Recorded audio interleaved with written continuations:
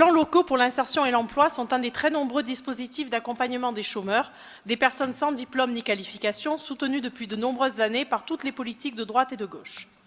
Pour l'essentiel destinés aux personnes issues des quartiers ghettos de la politique de la ville, très faiblement qualifiées car sorties très tôt du système scolaire, l'éducation nationale ayant rendu les armes depuis longtemps dans ces cités, la mise en œuvre des plis nécessite aussi un financement très lourd de l'État, des collectivités locales dont les régions, via le Fonds social européen.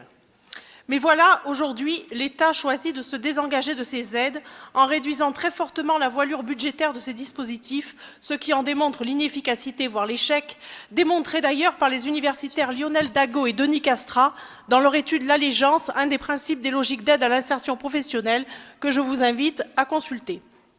Mais cette fois-ci, c'est la bonne, vous nous jurez la main sur le cœur que les plis vont être enfin performants avec des indicateurs, un suivi renforcé de la région.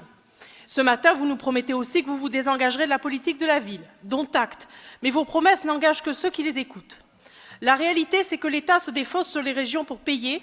Vous êtes coincés, vous devez soutenir encore et encore ces plis, continuer cette politique d'arrosage des acteurs de la politique de la ville, si chère à vos prédécesseurs et à nos contribuables, sans avoir au final un réel souci des chômeurs.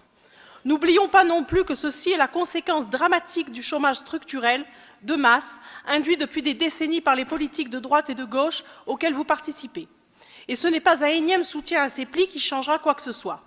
La nécessité est de refonder l'ensemble de ces systèmes très compliqués pour les demandeurs d'emploi et d'employer l'argent du contribuable au travers du FSE pour créer un dispositif unique de remise en route vers l'emploi pour tous les chômeurs, sans oublier non plus les patrons des TPE-PME.